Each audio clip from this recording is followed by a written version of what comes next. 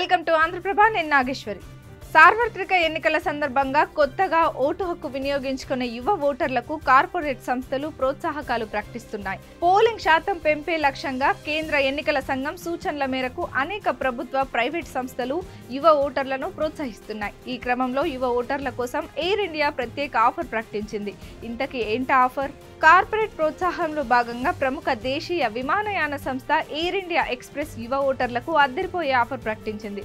తొలిసారి ఓటు వేయబోయే యువ ఓటర్లకు దేశీయ, అంతర్జాతీయ సర్వీసుల టికెట్ ధరపై 19% రాయితీ ఇస్తున్నట్లు తెలిపింది.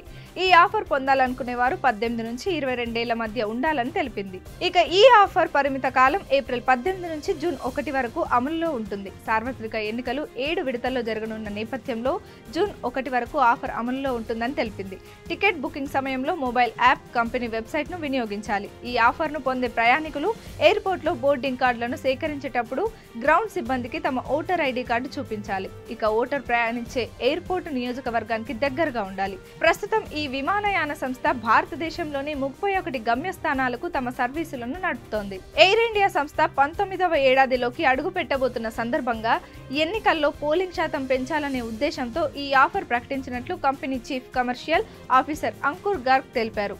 దేశ భవిష్యత్తును నిర్మించడంలో యువత కీలక పాత్ర పోషిస్తుందని పేర్కొన్నారు.